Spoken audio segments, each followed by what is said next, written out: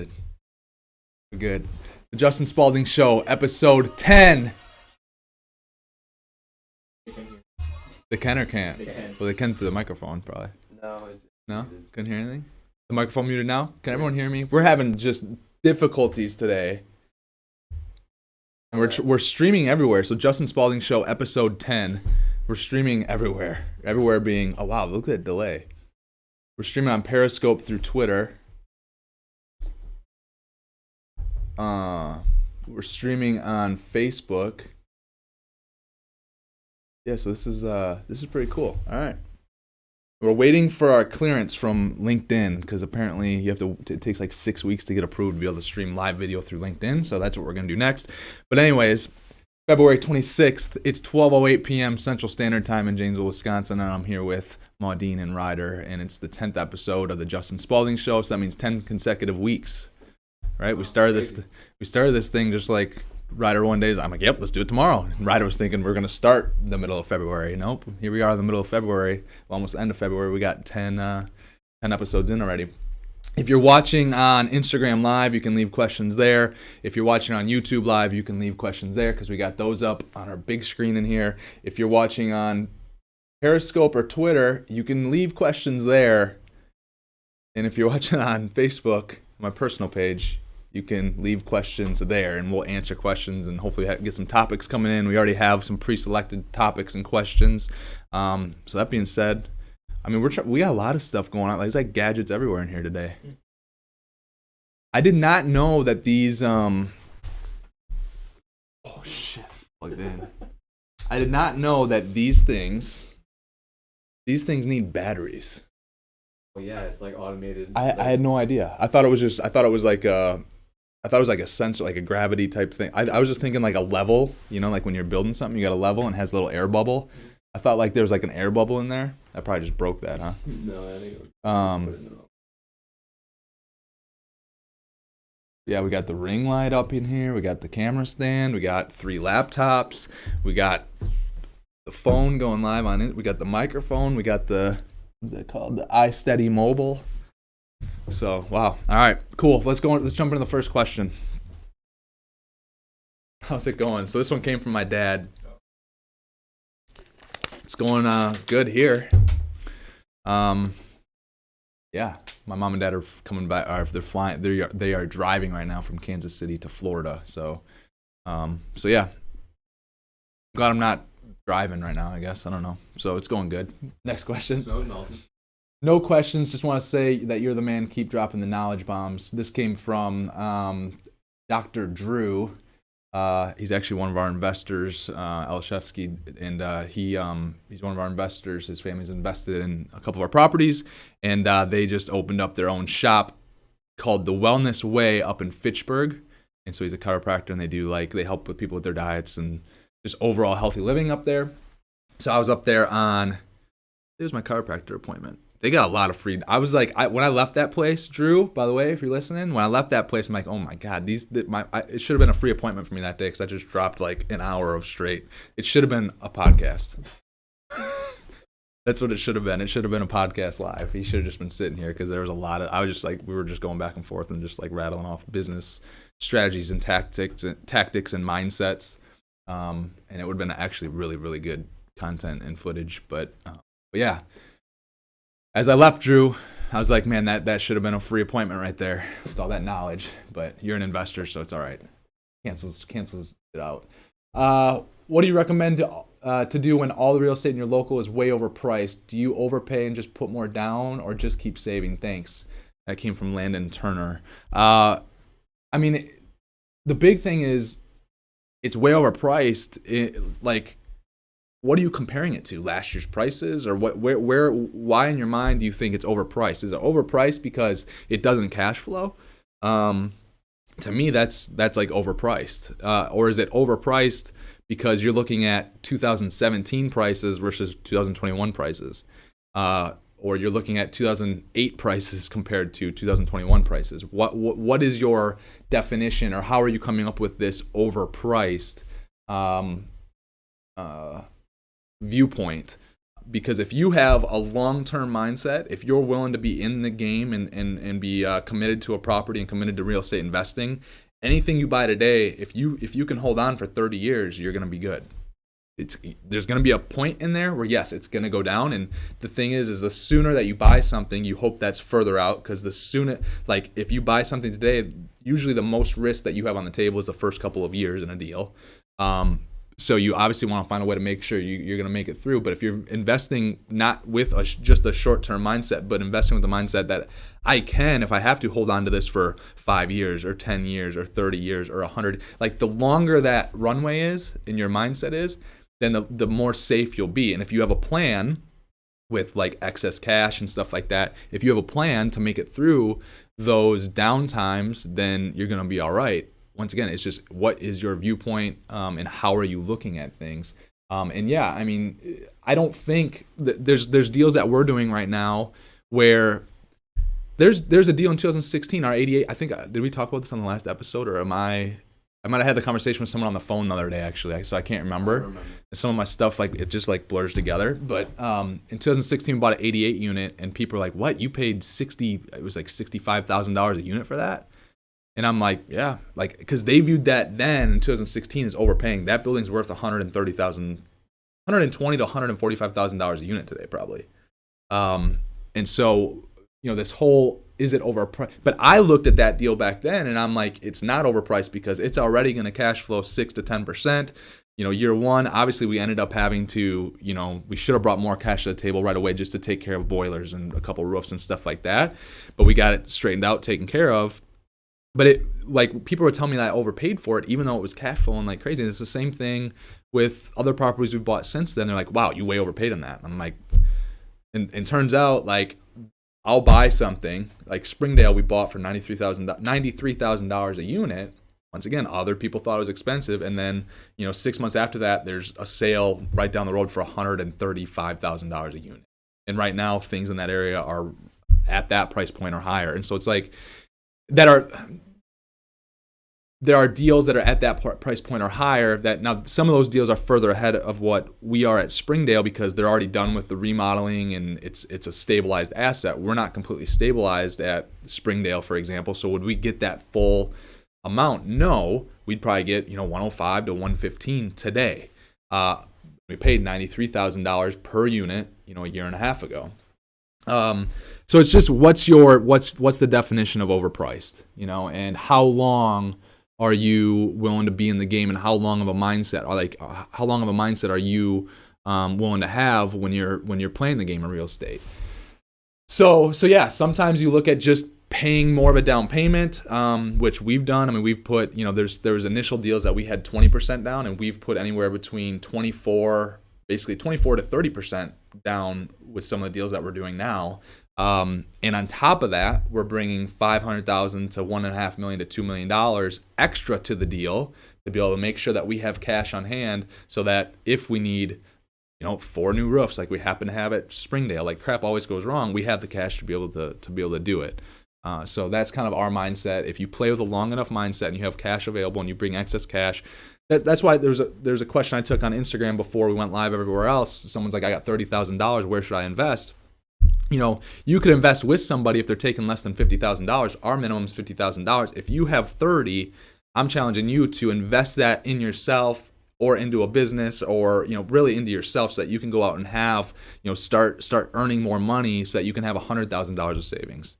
Right? So invest in yourself, get better at sales, or get better at whatever, so that you can go out and have $100,000, $200,000, $300,000 of savings. 'Cause now when you put $100,000, $200,000, $300,000 chunk to work, it's way more worth it than putting a $30,000 chunk to work. And if you put the $30,000 chunk to work, now you have less funds to be able to put into yourself for growth, right? For growing yourself. So that's my advice on that. But yeah, Landon, good question though. Appreciate you following along. Next question, Modine. So this is a pretty good question. I think we've had a similar question like this before in recent episodes, but not necessarily the way that I'm thinking about it now or going to answer it. I don't know. Some of these questions do get repetitive, I think. But I think that the things that I think, well, and this is actually someone that you should look to mentor from. I always say the same things because it's based off my experience. But sometimes I say it from a little bit different angle or viewpoint. And so I think every different time people hear me answer it, it clicks with different people, right? Like if Ryder asks me a question, one way that I answer it might make Ryder understand, but Maudine sitting in here, he's like, what the hell is he talking about? But now someone else could ask a very similar question, and I answer it in maybe a slightly different way that makes more sense to Maudine. So that being said, the question is, how should I go about looking for mentorship, and what are the avenues of those to get more mentorship? Oh, wait, I don't think we have any viewers on Facebook. I don't know how to tell. It just says live. Oh, we got one. So where should I? So the biggest thing with mentorship, when you're first starting, cast a wide net so you can kind of get a taste of everything. But when you start to go down the path, you cannot listen to too many people. You have to be open-minded, but you can't be too open-minded. Because if you're zero open-minded, now you're just never going to have progress. But if you're too open-minded, you're going to listen to myself and you're going to listen to Dave Ramsey, and we're giving different advice, and now you're not going to do anything either. Right? So being too open-minded and being not open-minded are basically the same thing. So you need to get yourself to the point where you're maybe listening to one or two people, maybe three people as mentors, but you don't want to cast such a wide net that you get contradicting advice, and because now you're just not going to act on anything. Right? And so you don't want that to be, but at the same time, you want diverse opinions as well. But opinions are different. Being able to hear those opinions and not take them, being confident enough and being in the zone enough to not take them is wise, and to have the ability to be able to do that is wise. But you just want to make sure that the mentor, the person that you're learning from, is doing what is on the path of, and is doing what you want to be doing. And then you got to make sure that you can't listen to the wrong person and listen to that mentor at the same time. So you just got to be very selective when you go about looking for mentorship. And it's okay to think that someone is your mentor, you're really looking up to them, and then you start to go down that path with them and you realize, hey, wait, this is actually not it, right? But then you got to identify, is that truly not it? Or is that mentor just telling you this is how you have to do something, and you're like, oh, I don't want to do that activity, right? So is it an excuse to opt out, or is it truly not the path you want to be going down? So those are things that you need to think about with mentorship. I don't have a ton of mentors. I have a very small few select people that I really look at, and that's what's allowed me. Because if I started listening to too many people, once I was getting on my path, I would have never been able to buy the 199 unit that we bought. I would have never been able to buy or put together the funds that we have put together, where we have 65 different investors. I would have never got to the point where we have a really good relationship with a company in Chicago that's invested millions with us. So just be selective. And then avenues, people out there that are doing the biggest thing when it comes to learning and all that stuff, right? The avenues is there's so much out there that once you kind of pick a mentor, typically, there's a lot of people out there that have courses, they have seminars, they have, clubs that you can get private coaching, and there might be 50 to 100 people in the room. And there's so many people that are like, oh, I don't want to pay $5 a day, or I don't want to pay $2,000 a year, or I don't want to pay $5,000 a year. And it's like, dude, the person that you're probably learning from, they're doing what you want to be doing. $5,000 for a year is nothing. $2,000 for a year is nothing. Like $10,000 for 1 hour of someone's time is nothing if it's going to save you. If it's going to save you 5 years, if it's going to save you 2 years, if it's going to save you a ton of headaches, it's nothing. So there's a lot of different avenues out there. And once again, you have to be, once you kind of select the mentor and the things that you want to learn, once you select those things, you got to be willing to put dollars behind it, put time behind it. You got to show up. You got to show up to build your skills and to be able to learn from that person. You got to make an investment. You got to be willing to. It's almost like buying a seat at the table. Like Eddie, who's either listening live or watching live right now, or will probably check out the recording this podcast. He's down in, I believe he's in Alabama, but he's gone from 0 to about 40 units all by himself. He's in his mid-20s. Didn't really have any help, but he paid for my time. He paid for my courses. And I think maybe a total of like $5,000 is what he's paid me, but he's been able to go from 0 to 40 units. So he didn't look at this as he didn't look at it as like a $5,000 waste or expense. He viewed it as an investment in himself. Too many other people are like, oh, I'm not paying that. But then they'll go buy $5,000 of Dogecoin and, pray that they buy it at the right moment, right? So put money into yourself, build your skills, buy your way into rooms, buy your way in front of other people who are doing what you want to be doing. It's the best advice is not free. Now, that being said, I have a ton of free stuff out there, but it's hard for me. Not everything that I say, I'm not gonna be able to give every single person the perfect advice when I don't know the actual situation, right? Even when someone tries to DM me on Instagram and they have 2 paragraphs written, I still don't really have enough context. It takes time to give actual one-on-one good advice. It takes time to get all the context of the situation to be able to then be like, okay, what would I do? Because I got to put myself in those shoes. So I need all the details. I need the perspective. And that takes time, right? So the absolute best learning lessons are you actually going out and doing them and making a mistake and whatever. Then the next one is obviously being able to pay someone else for that advice so you can skip it, right? And by paying, you're going to hopefully get into a smaller group or one-on-one, where now it's your exact problems, right? It's your exact issues that are in front of you, and now the person that's giving the training or the coaching, the advice, if they're good at what they're doing, they're going to be able to give you much, much, much, much, much better detailed advice because they're going to be able to put themselves in your shoes and, okay, what would I do here, right? So that's how I'd go about looking for mentorship in the avenues. Next. How to decide when to exit a deal. So for me, it's a feel thing a little bit, but it's also just to me, it's like, when does it make sense to take that money off the table to go put it in another deal? So when we buy our deals, we can very quickly, as long as the macroeconomic environment doesn't change. So like the macroeconomic environment are more things that we really don't have control over, right? I don't have the control over necessarily who's going to be president or who's in Congress or what certain laws might be passed or what. I have very little control over that. I have very little control over the whole macro economy, right? So as long as that's relatively stable, when we get into a deal, we buy deals that we can add value to relatively quickly. And so what I mean by that is we can take a $6 million building and 2 years later it can be worth $10 million. Now, it's worth the $10 million based on the financials, the net operating income and the financials that we have for it.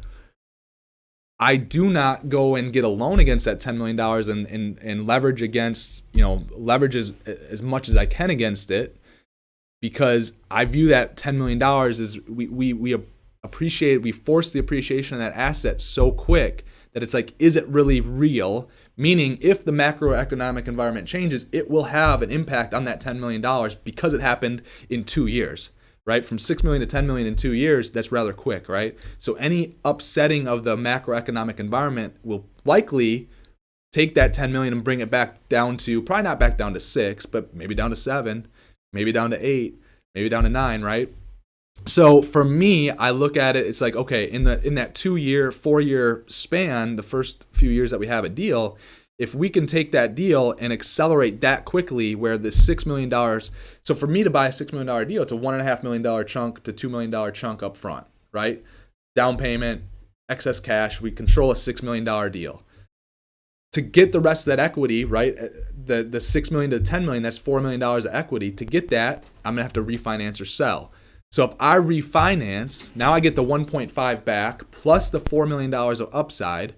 Now I can take the $5.5, $6 million and hopefully go and buy a $25 million building where we can take it from 25 to 36 in 2 to 4 to 5, 6, 8 years, right? And then kind of do the same thing. So I try to always I look at like, your equity it gets to a point where it's basically a diminishing return, right? Because I can't this asset now that we took from 6 million to 10 million, or it's probably 12. I mean, we've probably doubled it. It's probably closer to 12.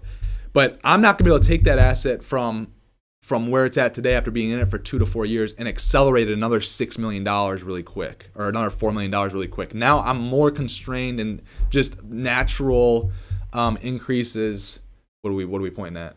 Just up chat. Okay, gotcha. I'm gonna have to wait on more natural increases that come from just holding property and the natural appreciation. I can't really force, and I can't really accelerate or force more appreciation. It's more of a waiting game at that point. So when it gets to that point, historically I have liked to take dollars off the table to then go rinse and repeat on a bigger property, like I just mentioned. If I went and sold that $6 million deal that we bought, if it's worth 10 now, if I sold it for 10, I'd get that $4 million equity that I built, right? I'd be able to unlock it in cash. I'd get the initial $1.5 million back. We got $5.5 million of equity.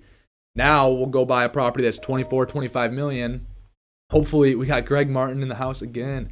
We got that, $5.5 million of equity. Hopefully we'll buy a $25 million-ish, $25 million-ish building.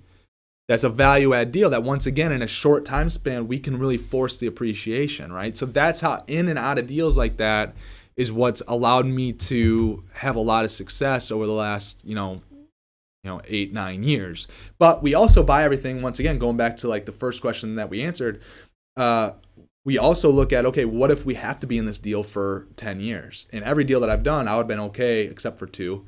I would have been okay being in for 10 years. And so when we've bought and sold, over a dozen deals in 9 years, just having 2 that I kind of made a mistake on, which I can talk about later, which we still won there, but I would not have wanted to hold on to those deals for 10 or 15 years. That would have sucked. So it's how to decide when to exit a deal. What I look at is, when do I start to hit that diminishing returns on my equity that's in the deal? When does it make sense to then unlock that equity by selling to then go rinse and repeat? Now, if you can get the right type of debt where you can refinance and be a little bit more aggressive, get all your capital out, be a little bit more aggressive, and it's a non-recourse deal, okay, refinance and maybe look at doing that. Most people that are listening are not in a position. That's why I'm always against the refinance. I'll break my own rule at some point, but it's going to be a non-recourse deal, meaning if it goes bust, the only thing we lose is the property. We already got all of our money out and then some from that deal. Versus if you're, like you're buying a deal, you guys, Ryder's buying a 7-unit that closes in a couple weeks. There's probably a guarantee on that you guys got to guarantee it, right? I'm not looking any deal that has a guarantee on it. I'm not looking to leverage like crazy a second time around. So look at how hard your equity is working. Put that equity to work in a value add deal. Really push and force the appreciation. Unlock that equity. Go rinse and repeat. That's how I look. That's how I know when to exit and move on from a deal. We're doing it right now. We might sell our 10 unit. Bought the 10 unit for, I can't remember the exact, $600,000. We've got it listed for 1.3. We bought it coming up, 2.5 years ago. But we've done a lot of work there. We put $200,000 in. It was a freaking pain in the butt and a headache, but we've gotten to the point where it's just crushing it now. And it's legitimately worth 1.2, 1.3, 1.35 ish. And so we're just going to put it on the market, see if we can unlock all that capital again and go rinse and repeat. Because we took it from 640.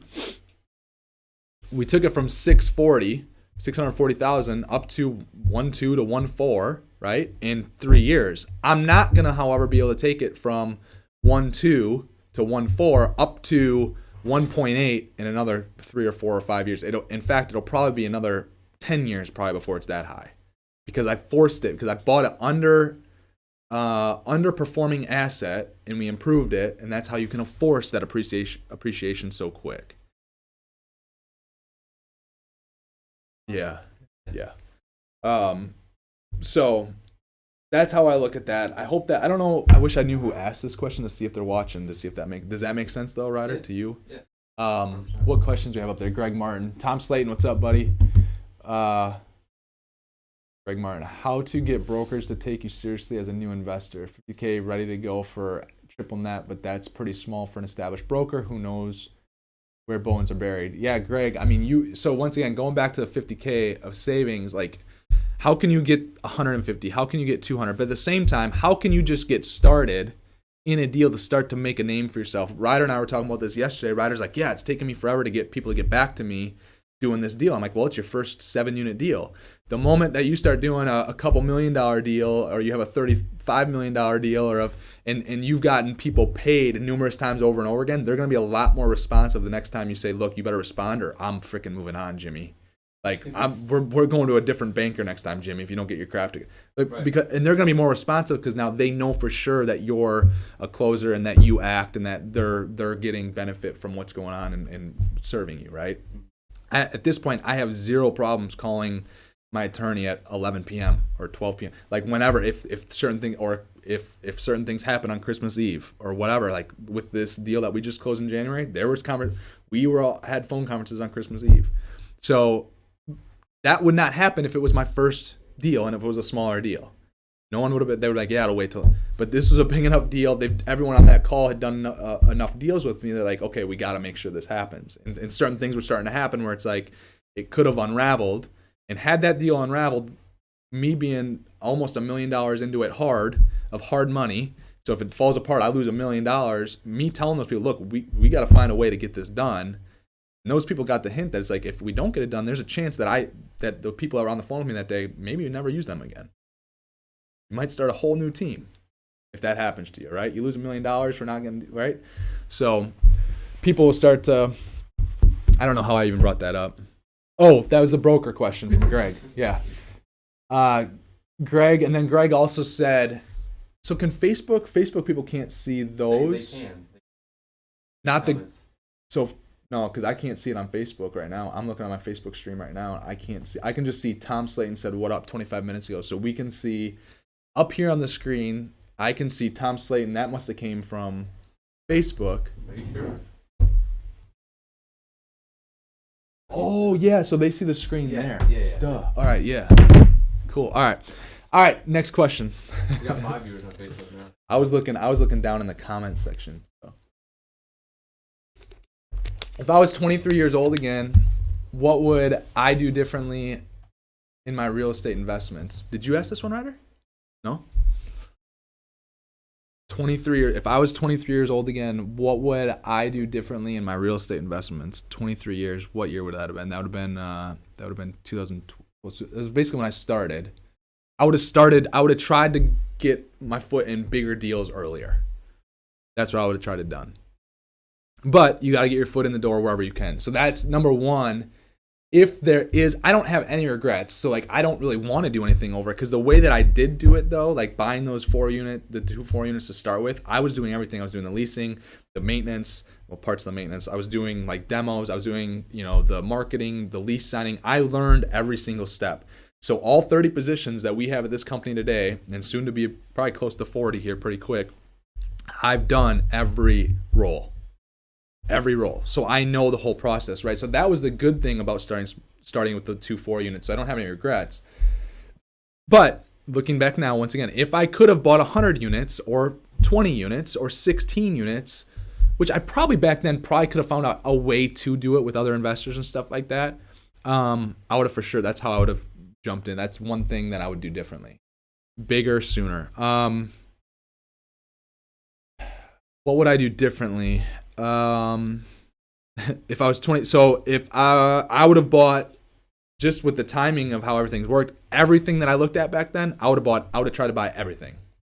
I was selective, just like I am now, and probably if we're another 7 years ahead in the future now, looking back, I'll probably say the same thing. Everything I'm looking at today, for sure, 20 years from now, 25 years from now, I would look back today and say everything. One thing that I would change, so what year will it be 25 years from now? So in 2046, if you ask me what I did it different, if I could go back, what I would do different in 2021, it would be like every freaking deal that I looked at in 2021, I should have bought and found a way to buy it. I should have found a way. So, but that's also just like, you also have to buy the right deals and all that stuff too. I'm trying to buy the for sure things. And when I say for sure things, I mean even in the short term too. Because if I just bought everything I looked at, there'd be some really rocky times probably over the next 2, 4, 5, 6, 7, 8, 9, 10 years. If I could find a way to get through those 10 years, 20 years out, 30 years out, you'd be fine with everything that you're buying, in my opinion. What else could I do differently, though? What else would I have done differently? I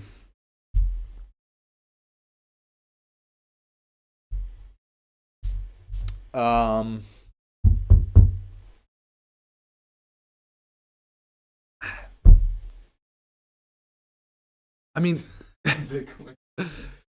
so then buying off the first big deal, what I would have done differently there is to better plan for capital expenditure projects that Tom said he's posted what up on both. Okay, yeah, that makes sense. All right. I'm just like amazed at all this stuff. Another thing that I would have done differently is the first larger asset that I bought, I would have had a better plan for, and even this has happened even since then, is have a better plan for some of the bigger capital expenditures that were coming up. The first deal really had no plan for it. Didn't think about the roof, didn't think about the boilers, whatever. Recent deals I've definitely had thoughts on it, but now it's like, okay, probably should have raised an extra $1,000 to $3,000 more per unit going into the deal, just to give us a little bit more cushion on our remodels and stuff like that. So that's the second thing that I'd probably go back and do different. Other than that, though, I don't think so. Tom asked, will I ever build new? I think at some point I'll build new. It's just a matter of when. It's just a completely different beast. The thing about building new is you don't have cash flow from day one covering the debt. So now you're going into debt. And it's the same thing why I really haven't taken on much debt in Prime Painters, because it's so early in the stage. I want to be able to fund it with cash I already have, because it's just a different beast. There's not already cash flow there. I have zero problem taking out debt, obviously, on a 200-unit apartment building, because it's already a business. It's already a cash flow producing business, with us having the ability to add value to it. So yeah, I think at some point we'll build new. It's just a matter of when and what the opportunities are. And yeah, next question, Medine. What's my process for finding off-market multifamily assets? We're gonna try this out now. Yeah, it's like Is it working right now? Doesn't really look like it. My process for finding off-market multifamily assets is, I mean, I now have a subscription to CoStar, which is, I don't know, almost $20,000 a year. But that's helped. Before that, I would, and I still do today, drive the streets. I've gotten to the point now where I've driven so much that I know about like all the multifamily buildings in the markets I'm looking at here in Wisconsin. But drive the streets. If you're just starting, drive the streets, write down addresses of buildings that look appealing to you. It doesn't matter if it's a single family home to flip or to buy and rent or whatever, duplex, 4-unit, 8-unit, 16-unit. Once again, bigger is always better. But write down that address. Then what I would do is I would find a way to get a hold of those people. So whether there's a management sign out front, or I want to talk to the owner, I want to talk to the decision maker. If there's a management sign out front, sometimes you can call the manager, sometimes they'll relay you to the owner.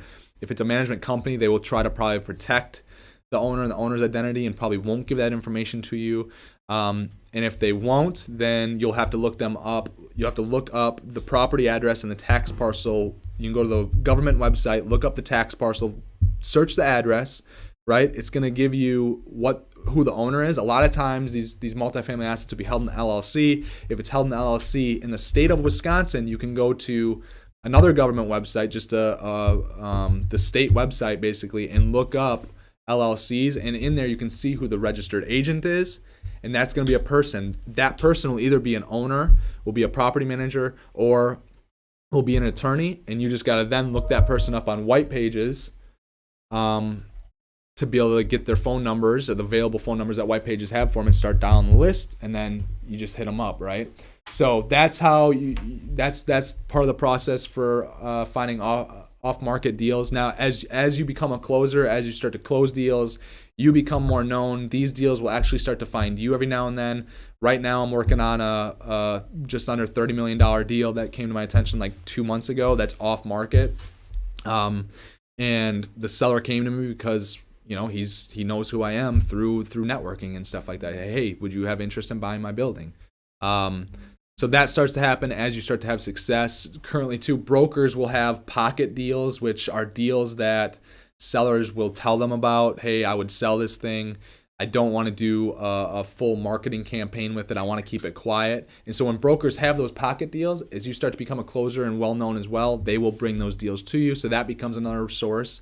But when you're first just starting, it's got to be all you. You got to put it, it's all on your shoulders to go out and to make contacts, to get to know people, to write down addresses, to find out who owns them, and start making calls, start showing up at the offices to find out, and start having those conversations. Maudine, next question. How many lives do we have on YouTube right now? Or on Facebook. Climbing. I would love to challenge anyone else right now to come in and talk about some of these topics and questions while Ryder is over there fooling around with...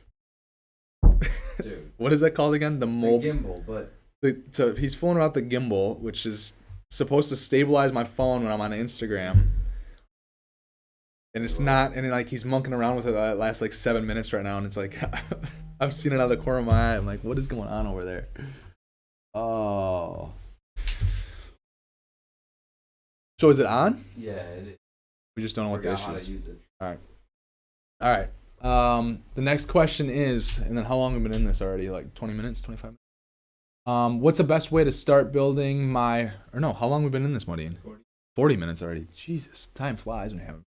I love doing this. This is awesome.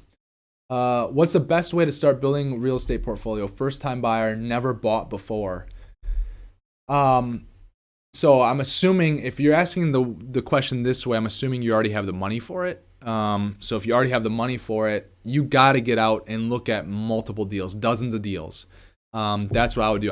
In the shortest window of time, I would go out and look at as many deals as possible to get comfortable with being on site, looking at deals. You're going to be able to start comparing different things. And you guys need something? Back there somewhere. Yeah, one of the buckets. So you got to go out and look at as many properties as possible in a small window, in the smallest window as possible, time frame as possible. And you're gonna be able to compare properties, right? You're gonna know the price points that they're being offered at. By the way, if a deal does not have a listing price, ask the broker what the whisper price is, and they're going to give you a whisper price, which is a ballpark price of what they think they're going to be at, right? So as you go look at more and more deals, you're going to get a better idea of what people are expecting for pricing. Now, when you start to do this and you learn, you start to figure out, okay, wait, they're asking $130,000 a door for this property, but this property, they're asking $140,000 a door, and it's like a lot newer. It's like 30 years newer. There's a lot less work, right? So when you notice that thing, that might make that $140,000 per unit property much more appealing, right? Yes, you're paying more per unit, but it has a lot less deferred maintenance than some of these other properties that are $130,000 a door. But you're never going to know that if you don't go and look at the properties, right? If you don't go and get on site at the properties. So get out and look at deals. The next best way, once again, is to be able to get into a deal that you can force appreciation, where you can make the property worth more in 2 years based on the decisions that you make running that business. Because that property is a business. And when you buy it, you have to operate it like a business in order to do what we've done, where we make a property go from $6 million to $12 million in 5 years.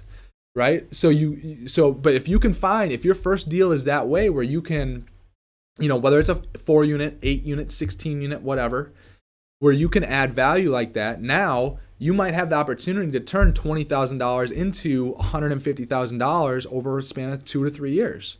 You might, right? It's not guaranteed, but you might. It looks like it's working now. Yeah, but so that would be my first few steps. That's what I would look for. I'm trying to think of what other best ways. First time buyer, never bought before. Then, and if you're a first time buyer too, you got to decide, like, do you want to do the operations or not? Because someone's got to do it, right? So you might need a partner that's willing to. You might have to team up with a property manager or a property management company, right? Anytime you have a property management company that has no ownership interest in a building, I'm always leery of that, just because they're not as incentivized to do what you want done to the property. So that's something to figure out too as a first time buyer. Are you gonna just be? Is it gonna be 4 units, 8 units, where you're gonna be the person, right? So that way, if you're on vacation, they're gonna call you. I don't know, right? It's something to think about if it's your first buy. Or do you want to get involved more with a syndicator who has a great track record, right? Like what we're doing. There's people that make good money. This person did not ask about money, so I'm assuming they have the money. There's a lot of people that invest with us who have a lot of money, but real estate's not what they do, right? And we offer investments that should be able to get. Look at that. Twist it a little, turn it a little bit. Yes. That should be able to get 2.25 to 3x plus in 4 to 10 years. That's what we're trying to do. We're trying to multiply their equity, right? So decide, do you want to be the person that actually buys it? And then how are you gonna manage that thing? How are you gonna get it to perform? How are you gonna get your money to truly work for you and multiply over the years? Or do you want to invest with someone else? There's nothing wrong with that, right? While you keep going out and doing you and making money, right, to then dump into more deals that are more passive for you. So, and even if they're passive, even if they're a syndication or whatever, you still should pay attention to it, right? You still should know what's going on a little bit and pay attention to the updates that you get, whether it's quarterly or annually. We got some questions up there. Greg Martin wants to invite me to Clubhouse. What's my number? I'm already on Clubhouse, and dang it, we forgot to go on Clubhouse again. So can I wiggle this around a little bit? Mm-hmm. Oh, look at that. All right, cool. About finally, 50 minutes of Ryder messing around with this. We're finally in practice here. Look at this thing.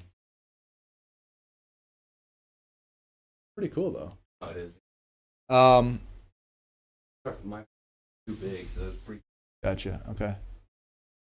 50 minutes of distracting me, trying to do a podcast for the people. Greg, I'm already on Clubhouse. I have not used it very much, so I gotta use it. Greg, what you should do if you're on Clubhouse, find 20 people on there who want to learn about real estate, and then let's start a room, and I'll start a room with you. The goal for you is you get people in the room, and I'm giving you this challenge, Greg, because Greg is like a superstar. I think last week this is the same guy that was asking questions on like multiple platforms. So Greg, if you can get like 20, 30 people together, do that. And let's like co-host a room or whatever. And I'll get in and talk about real estate a little bit. And I think we should start next week. Can you guys remind me, like, hey, get your iPhone so that I can get the iPhone. I have an extra one, yeah. Just for Clubhouse. But I haven't even used it. So remind me that we have the iPhone to get on, so that we can just start messing around with Clubhouse too. Yeah, Greg's just loving the Clubhouse. We're not getting through them all today because I got other stuff. Yeah. How many do we have left? 8 left. So then Colin on YouTube asked, what's the best advice for a 24-year-old wanting to get into the field? He's about 2 years away from having enough capital to do anything on my own or with a team, but still would like to learn until then. So if you're 2 years away, Colin, and Colin says, love your content, so relevant to the beginners and the inexperienced. Thanks, Colin. It means a lot, dude, because when I was starting this, Colin, my whole real estate thing, it was hard to find stuff like this, and now there's a lot of people out there on social media that are doing this thing, so that's why I think I love doing it so much. I'm able to help a lot of people, and it gives me more exposure too, and helps me get other investors and all that stuff. So, Colin, the best advice, the coolest thing is you're 2 years ahead, right? So if you're not really planning on doing anything until 2 years from now because you don't have enough capital, whatever. And by the way, if you don't have enough capital, go find some partners who have some capital. You could start today if that's the only limiting issue. But if it does take you 2 years, it gives you time to learn, right?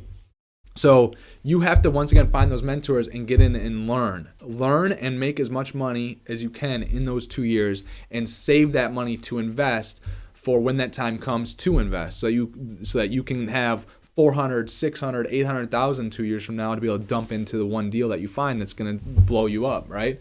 So that's the advice that I would give you. Learn as much as you can. Get out and start looking at property, even though, once again, you might be 24 months, 36 months away. I started looking at property 36 months before I bought something. And I just started looking at deals. I would get the financials. I would understand the financials. I would ask myself what I would do differently, where I could save money, right? So I was already practicing before I could do it. So that's what I would recommend that you go do. Let's go to the next question, Martin. And this actually might be the last question. Oh, this is Ryder's question. You rigged that up pretty good. I want to see if there's another one on Instagram real quick. Yeah, or did Maudine put this together? Well, he put it together. You mean like the cropping? Well, no, your question happened to get in. Oh, I see. Happened to be in the top 8 of the 20 questions that we had. So this is from Ryder. Would you recommend buying a car in cash or financing it if you can to make a better return? What I mean by opportunity cost, yeah. So when I first, this whole freaking car thing, I don't know what the right answer is. When I bought my first car, I actually leased it. The reason I leased it because it was the least amount of capital in up front, and then which on the back end though, I went over in miles, so I ended up having to pay a little bit in. So really, what I probably should have done is found a car that would have fit my budget to lease it for like maybe 2 years instead of because I had a little bit longer lease than that, and so it looked attractive up front. But what it helped me do is it helped me put the least amount down as possible, so that then I could go buy the next 4 unit, right? And I needed less money down on that 4 unit, but I still needed money down, so it was a difference maker. Even though it was a few $1,000s for me back then, it was a difference maker. And the few $1,000s, like I would still spend, like at that point in time, I was still spending money like going to these certain like events for Advocare and stuff, which was to grow my team and grow myself, right? So a couple $1,000s, like if I had to put it towards an event, it was a big difference. So at my point in time back then, me leasing it with as little down up front as possible and smallest monthly payments just made sense, because then by the time maybe it was like, well, yeah, I just got rid of that car a year and a half ago. So that whole time, 2 years ago maybe. So that whole time, like even though I got behind, I ended up owing maybe like $5,000. For me to write the $5,000 check by that time, 5 years, 6 years later, it didn't matter as much. It mattered more on the front end, right? But looking back on it, I probably would have tried to maybe another option would be try to do something that's a little bit shorter lease. But then I can answer this question from the prime painter side. Like one truck of prime painters we have financed. We pay it. Now, when I bought the second truck, I didn't want to have to finance the second truck because Prime Painters is still early on in Prime Painters. We had we had the cash, so I just paid the $18,000. So we have that one in cash. So just kind of depends on the car one. I don't freaking like car salesmen. What about your current? My current one is owned by the business. We have a fleet of vehicles now. I can't remember if there's debt on that or not, but it's owned by Spaulding Group. So it's a business vehicle. I don't know. Ava, if Ava's watching, she knows if we have debt on that vehicle or not. I can't remember.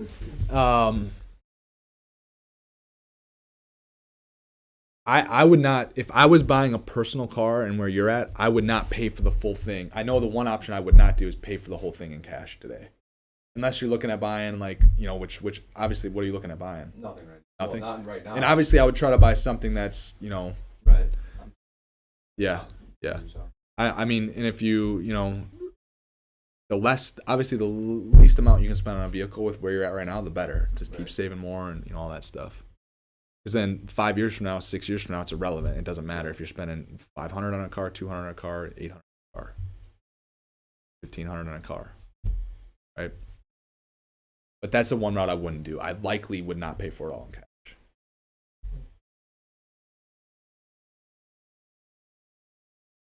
What do you mean?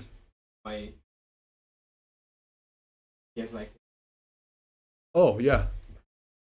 Yeah. Yep.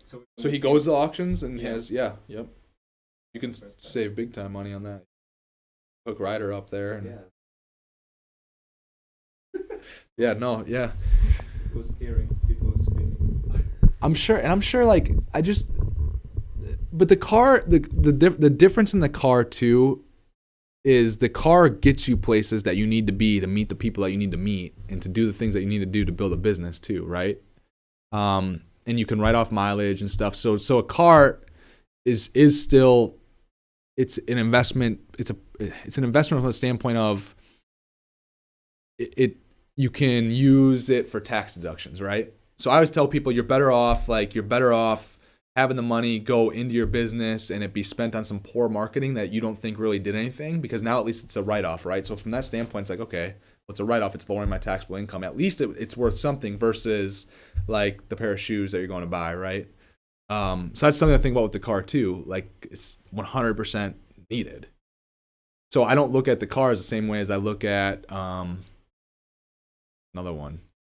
But you also like, what's the bare minimum too, Right. that makes you still look semi-professional if you roll up? Because you also, like, someone's like, well, yeah, buy an old beater. Well, you don't really necessarily want to buy an old beater rolling up to some of the paint job, like rolling up to the $500,000 house that you gave a paint job on the other day. Right. You don't want to roll up in a beater.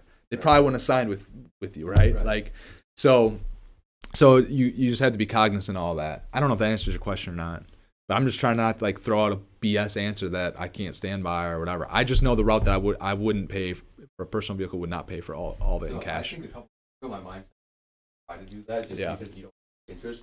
But I think last year has changed substantially. I think I understand the opportunity cost of not. Yep. So like you have to look at the difference, right? Because if that difference is the difference in you, and I'm just using a simple example here, if that difference that you're gonna pay in cash for your car is the difference of upgrading 2 apartments in your new place that you then wouldn't be able to do, Right. then obviously getting those apartments done to raise the rents by far the wiser. So now for sure take debt on the car, right? But the debt that you take on the car, make sure it's not like a crate. Don't go buy a $70,000 car, right? Maybe a $12,000 car, a $9,000 car, or something that's still professional and looks fine, whatever, right? So that's that. All right, next.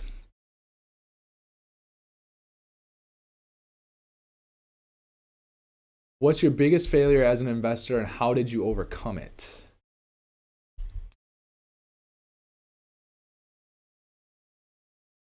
I think I just go back to, I keep talking about the one thing, which is when we bought the Delvin property, I did not account for having to replace the boilers, having to replace the roof, having I also didn't account for, like, we just went in right away and blew through a remodel budget, like overnight, like really freaking quick. Went through $150,000, which $150,000 I also learned that was a mistake. I only got $150,000 out for a rehab budget on an 88 unit building. Should have probably been more like $880,000. I probably should have got out.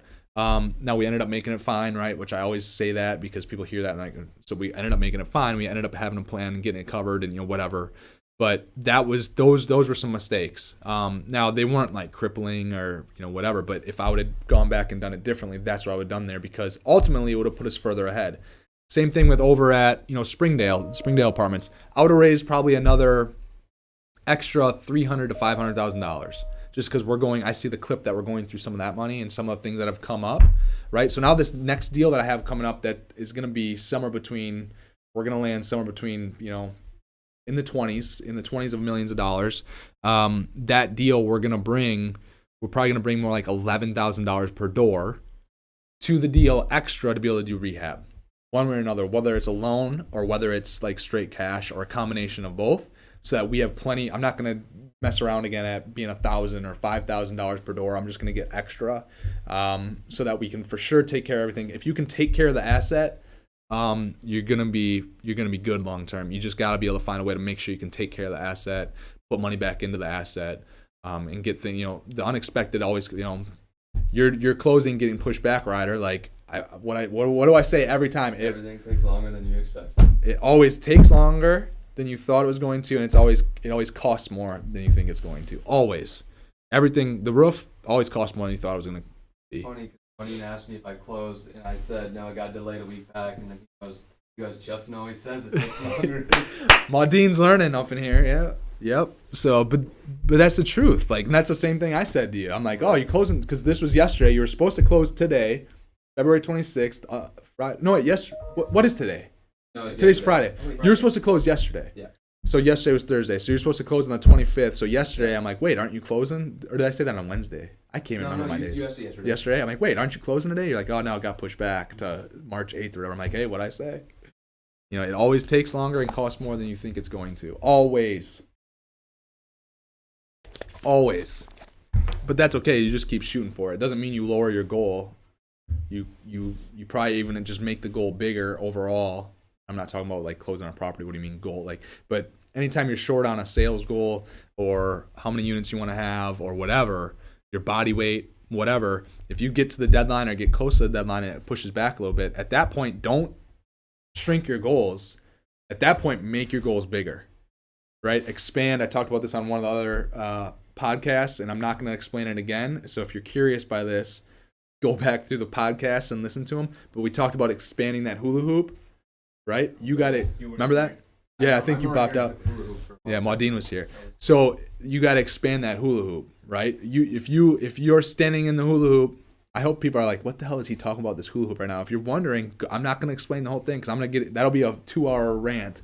You're standing in the hula hoop and you're reaching your goals and you're going to be short. Do not lower your goals. Make your goals bigger at that point. And then chase from there. So, all right, next question.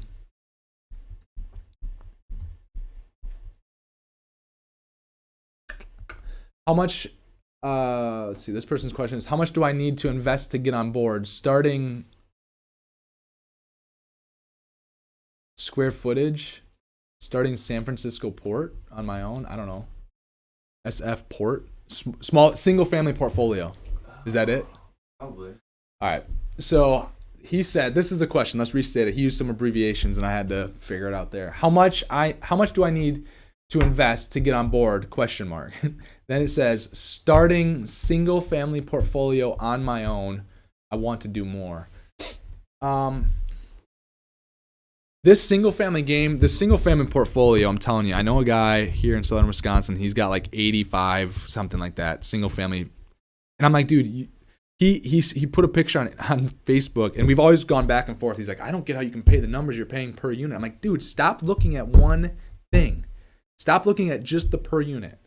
Because he's wanting to buy a house for like $30,000 or whatever, and he does a great job. I'm not saying that, but tax seasons when the property taxes came out, he has 83 units, all 83 single family properties. His stack of envelopes on the tax bill is like literally like 12. It would barely fit in a 12-inch tall by probably 18-inch wide box. I mean, there was just stacks of it. And I'm like, dude, you want to see my stack at 700 units? And it's, well, now with this duplex portfolio, it's a little bit off, but still, it's the same thing, like much less. So just talking about the single family, he also talks like, man, it is a logistical and administrative like nightmare sometimes because you have 83 units, all different properties, right? So before you start this single family portfolio, what I would really recommend that you do, I'm not saying that this is wrong for you to do. What about looking at this alternative? What if you start buying the single families? Can you, with these deals you're looking at, can you buy these and then have the mindset of, okay, if I have to hold on to them, I'll hold on to them and rent them. But can I get in and out of that deal in 6 months and turn the $20,000 into $40,000 because of the rehab that I did? And just, Jesus. It died. We're having issues with that thing. The stabilizer ain't so stable. Well, can I get in and out of these deals a little bit quicker to stack up my bank account to now go out and buy a 16 unit? Can I do more of these deals and get a business plan in place where I flip 5 houses? I don't just build a single family portfolio, but I find a way to add value to these houses, flip them, stack cash to now dump that cash into 16 unit, 24 unit, 32 unit, right? That's what I would do. How much do you need to get, to invest? I mean, if you're looking at starting your own thing, you don't always need money even. Now people are asking me, well, people are going to say, well, what do you mean? Because there was just a guy that asked, what should I do with $30,000? How do I invest it? And you said, well, to invest in itself. Yes, that's because $30,000 really isn't that much money to invest. But talking on the other side of my mouth, I'm very contradictory to myself. I'm a walking contradiction. Now I just forgot what I was gonna say. You're walking contradiction. Oh, but then out of the other side of my mouth, I'm a walking contradiction. You don't need a lot of money to invest. You can have partners, right? You don't need all this money. There's ways you can do it with zero money, right? I mean, if you're looking to if you truly want to start a single family portfolio, you can probably get started doing that. I don't know, $3,000. How much you're putting down? Put 15 of my own. Okay, you're putting. And then two family. So are you having to put 20% down because of? I got 15. Okay. All right. So with the single family stuff though, if you're having to put 3 to 5% down right now, and then figure out the rehab budget, I mean, you're looking probably $3,000 to maybe $30,000 depending on what you're buying. Now, if you can wholesale these single families, you might not need any money. You get them under contract and you can wholesale them. I'm not into I don't do wholesales. I know how they work. I could easily do them. I'm not the person to give you straight up advice on all the detail of how to do it. There's plenty of people out there that do it successfully. Go look at them. I would view this single family thing as how can I make as much money as possible in the next year so that then I can go start a multifamily portfolio. Starting with maybe 4 units, starting maybe with 8 units, 16 units. That's what I would do. Going out with the intent to have a single family portfolio, I mean, long term doesn't make me excited. And it might make you excited. And so I don't want to and it might be how you have success. And like a lot of people have success doing this. In my mind though, and in my honest opinion, it is way harder to have success doing that long term than it is doing these larger deals. So, next question. Instagram, I think Instagram just knows I don't look at the phone enough. People don't ask questions on here anymore. It'd be interesting to hear about Spaulding Group's business model, the properties you look at, and why those. I guess I'm always looking at how can we get our best return on the equity that we put in. So that's the first thing that I always look at. And I would go to size like I just did, but now there's always going to be rule breakers, right? Like I'm someone that I said I'm never going to buy duplexes, right? I just freaking bought 32 of them, right? So once again, I'm a walking contradiction. But the reason that we bought those 32, I'm looking at my first thing is return on equity. If I'm, what can I turn this $40,000 into? What can I turn this $300,000 into? The $10 million we just raised from investors, I'm sitting here and I'm like, how can we just multiply and explode this $10 million of equity that our investors put in? And this deal, the reason that we bought these 32 duplexes was because it was a part of a portfolio. And the 32 duplexes, we bought like on average across the board, we paid ballpark $350 to $380 per duplex, not per door, per duplex, right? That was average per door, $350 to $380, somewhere in there. I'm not sitting right from that. I think it was closer to $380. Comps in the area are going for between $550 and $620. And there's not very many of them. And when they come on the market, they're gone in like 3 days. What does that mean? It's a seller's market, right? So a year from now, not even a year from now, hopefully our first sale is like a year from now, but odds are we'll probably put the first one out on the market maybe like in December. Now, I don't want to release too many at the same time and because hurt my own sales potentially by releasing too many. But we might have 1 or 2 that we put out on the market at a time, right? Starting in December next year. I'm waiting till December because I want to wait till short-term capital gains goes away, which it takes a year. You got to hold on to something for a year for that to go away. And then we'll be in. You gotta wait a year to get long-term capital gain. No, sorry. You gotta wait a year and hold it at least a year, 365 days, in order to not pay short-term capital gains, which is a higher tax rate than the long-term capital gains. Did I say that right? Yeah. Okay. In my mind, I'm like thinking 18 steps ahead. What'd you say? You're still gonna have capital gains, correct? Yeah, you still pay capital gains when we sell it because now there's probably a way in our documents that I could go get a vote from everyone that we have on board. And if we sold, if we were able to sell maybe 8 of those, as a package deal and still get an amount, I could probably go get a vote with all of our investors to say, hey, do we want to just 1031 this forward? So we could do that. That is one. There's three things that I can't do really. Three things that I can't do without investor approval. Every other decision I can make on my own, right? That's one of the three. So I couldn't just go 1031 those funds because we have the other investors. I can't do that without their approval. So if we don't go 1031 it, right now, yes, we'll pay the long-term capital gains on that, which is a much shorter rate. It's like half the rate of short term. No, and it's different per state and everything too. So, so we bought that for that reason. I mean, the deal we bought, like, there's significant equity in there day one, and we're already, like, we're out and running. I mean, we're at 99% occupied. We have hardly any vacancies. The stuff where we're sending out lease renewals, and if people are not accepting the lease renewals, we're already setting up showings and pre-leasing stuff that, for the spring. So stuff's going good there. Dennis, one of our investors, asked when's the next deal. Dennis, I hope, man, I'm negotiating a little bit right now. So I hope it's like we're already in March. Jesus. I mean 2 days from March, so it's technically March. So I'm still hopeful for June, July that we'll close the next one. So that is, and I hope that we can land the one that we're kind of looking at. We're looking at multiple, but I got one that I kind of like over the others. Next question, Modine. What are my goals for Prime Painters this year? Any big changes from how you ran it in 2020? A little bit, just because I've found that our lead painters are pretty skilled. So I don't know, like, at what point do we really need a project manager? I don't know, because I think if they're skilled enough, they're able to kind of oversee that whole process. So that's something that might change. Other changes, we might start doing experimenting on some cabinet hanging and flooring, installing the flooring in our own apartments to try to.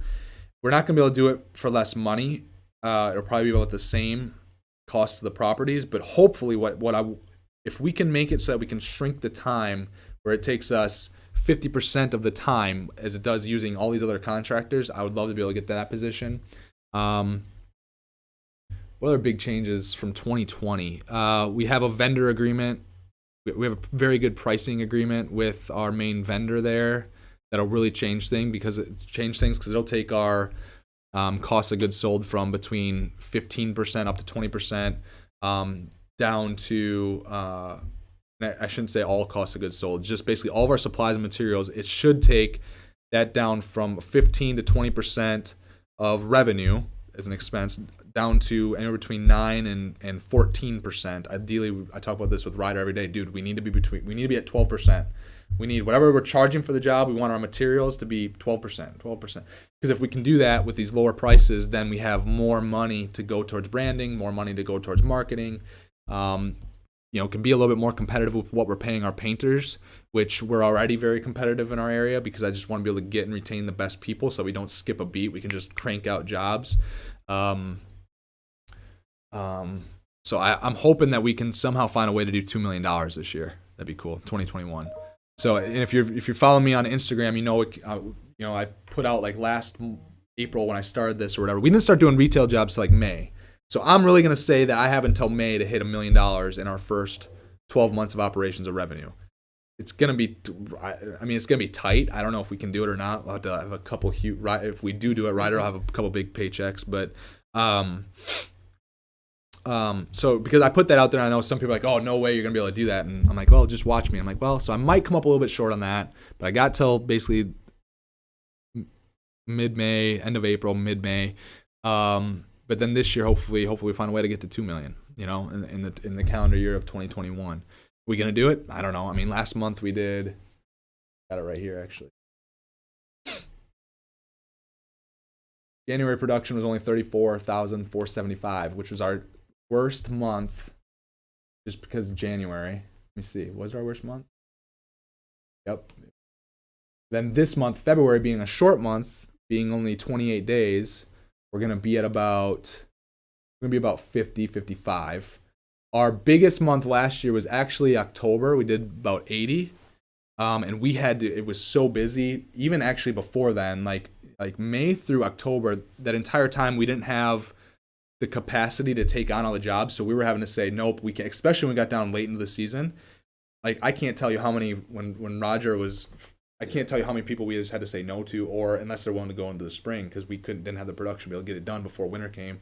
And all these people wanted it done before winter. So that's why I'm hopeful. I think these busy months that are coming up, that are May, June, July, August, and we're already starting to get busier right now. But I think once we hit May, especially, it's really going to be cranking. So if we can have a big May, June, July, August, September, October, that's 1, 2, 3, 4, 5, 6 months.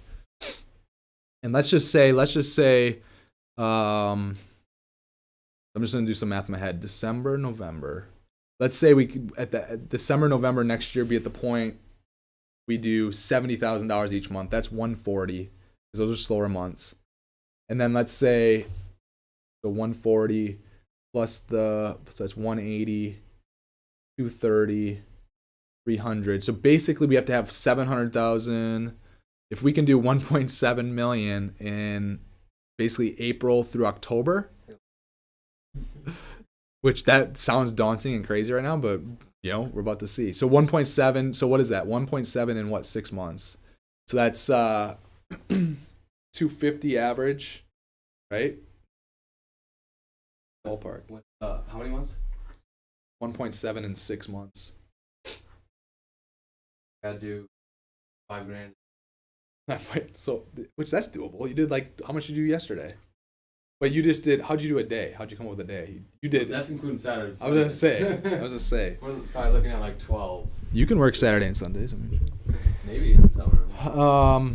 So yeah, that's the goals, and we just chase. It's like, I mean, a year ago right now, I didn't even know I didn't even know we were starting a painting company until basically it'll be a year. In about 3 weeks, that was basically when I said, all right, we're starting a painting company. It was basically 2 weeks. It was 7 to 14 days after the world shut down from COVID last year.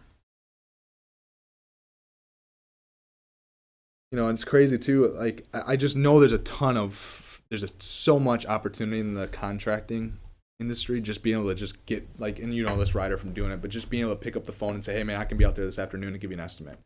And then they're thinking it's going to be 2 weeks before they see a number, because all these other companies, and then you get them a number the same day. They're like, oh, wait, I got a number this. And now we're closing jobs before other people. I guarantee we've probably closed a lot of jobs because we've been out there with it and gotten them an estimate and signed the estimate within 36 hours. And other people they had scheduled to come out maybe the next week. That Burlington job. Yeah, the Burlington job. $15 yeah, an hour away. $7,000 job, and they call, hey, can you guys do it? Yeah. Ryder's like, I'll be out there. And that's the point. It's having a sales rep in our company, being a more professional company, I think that we're going to have an opportunity to do that. Now, the production is going to be so if we have to average 250 a month, that means we'll have to have, let me do some math on Excel. I know I have all the math done already. Didn't know off the top of my head. So if it's 250, 60.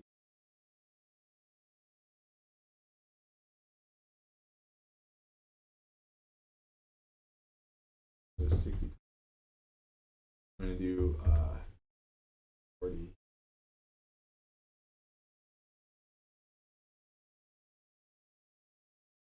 Times.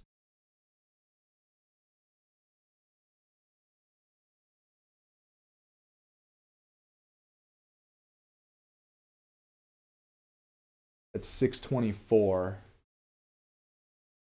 So we're gonna need. We would basically need, on average, those busy months. We would basically need, on average, Ryder, 30 painters.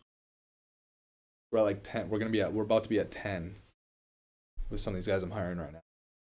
So on average, so that means by the end of the year we might have to be around 38 painters to make up for what we're not going to have in March, April. Which this is doable. It's doable, but that's why I'm on your ass all the time about stacked and getting. I'm like, dude, just get them out. Let's start pumping them out so you get better at it. Because now when you can fill 2 hours of your time and on stack doing some of those commercial jobs, and we get that, just helps bump it up, right? So it's possible. That's the goal. So, all right, next question. This is going to be the last one. What is S/D? How should? Oh, how should. All right.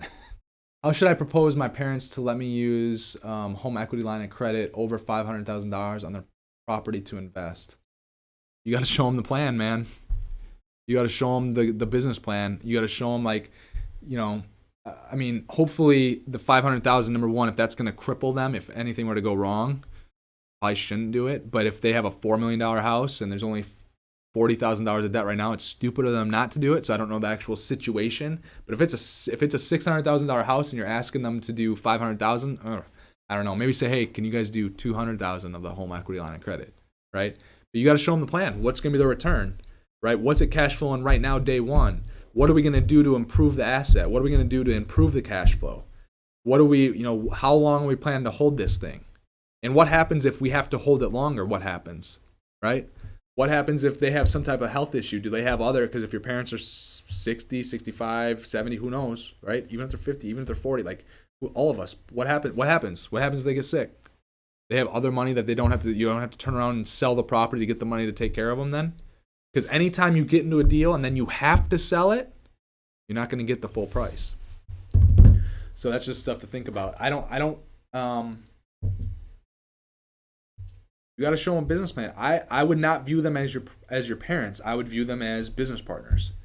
So you got to realize people wear multiple hats, right? Like, and you got to realize that at that point, like, you got to view this as a business relationship. Not just have them give you the money just because they're your parents. What gain are they going to get? How is this going to benefit them?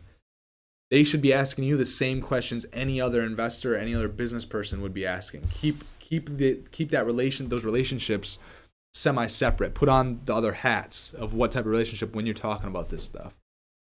That's how I would do it. What's the plan? All right. I think that's all we got for today. I got to take care of some other stuff. So, cool, guys. Thank you so much for joining Justin Spaulding, episode 10. Yes, we are going to get other episodes. I know right now I have people asking me, hey, I love listening to this on Spotify, actually, because they like listen to it while they're working or while they're driving or whatever. It's just easier for them to use. So yes, we're going to start getting the rest of these up on Spotify, up on Apple. It's going to take us a little bit of time, but it'll just be audio. Until then, please go, if you have not yet, please go and subscribe. Please go and subscribe to our YouTube channel. That'd be awesome. We've gone from we're up 30% on YouTube and our subscribers. Yeah, just in a month and a half. Just since we started doing this podcast, I feel like we've almost doubled. I don't know.